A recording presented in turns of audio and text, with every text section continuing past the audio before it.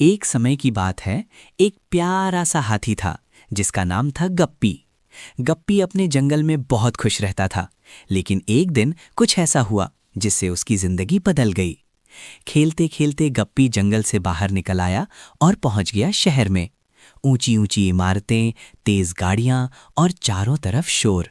गप्पी हैरान था, ये सब उसके लिए बिल्कुल नया था।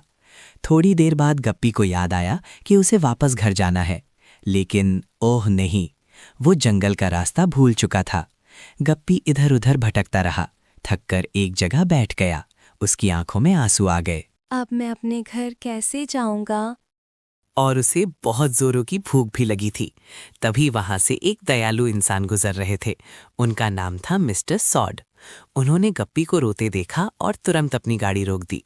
मिस्टर सॉड ने पूछा, क्या हुआ गप्पी, तुम क्यों रो रहे हो? गप्पी बोला, मैं अपने घर का रास्ता भूल गया हूँ और मुझे बहुत भूख भी लगी है। मिस्टर सॉड मुस्कुराए। उन्होंने अपनी गाड़ी का डिक्की खोला।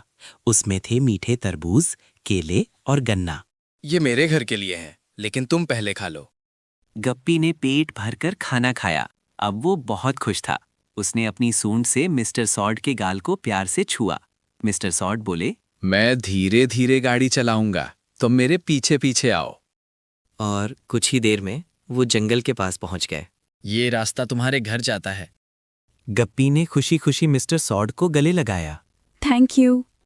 कुछ दिनों बाद बारिश हो रही थी। मिस्टर सॉड की गाड़ी कीचड़ से बहुत गंदी हो गई थी। गप्पी ने उन्हें पहचान लिया। क्या मैं आपकी गाड़ी साफ कर दूं? वो तालाब से पानी लाया और छपाक, गाड़ी एकदम साफ हो गई। मिस्टर सॉड ने कहा। थैंक यू गप्पी। दोनों ने एक दूसरे को गले लगाया और अपने अपने रास्ते चले गए। इस कहानी से हमें ये सीख मिलती है, हमें हमेशा एक दूसरे की मदद करनी चाहिए, क्योंकि अच्छाई का बदला हमेशा अच्छाई से मिलता है। Thank you for watching my channel. Kindly subscribe, like, and share. Thank you.